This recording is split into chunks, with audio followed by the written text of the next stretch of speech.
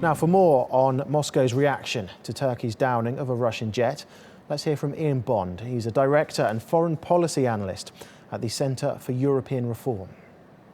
Well, I'd be surprised if there weren't some sort of reaction, perhaps in the form of sanctions.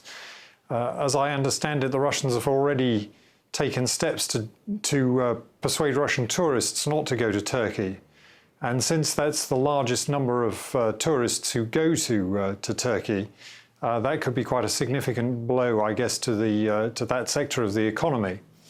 What you should watch out for is if the Russians suspend gas deliveries or reduce gas deliveries to Turkey, because that's an extremely important source of energy for Turkey, and that would have a very powerful effect on the Turkish economy. Certainly, as far as tourism is concerned, I think that would be quite natural because the Russians, after all, don't really lose by stopping Russian tourists going to Turkey, and to the extent that they can persuade people to go to, say, Crimea or to Sochi, those are benefits to the Russian economy if they can get more tourists going to places closer to home.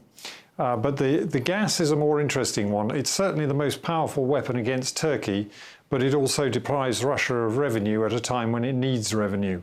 So that would be, I think, a further escalation if the Russians were to go down that road. It's a reminder that NATO needs to be resolute and to make sure that there is absolutely no ambiguity about what happens if you infringe the airspace or the territory of NATO member states.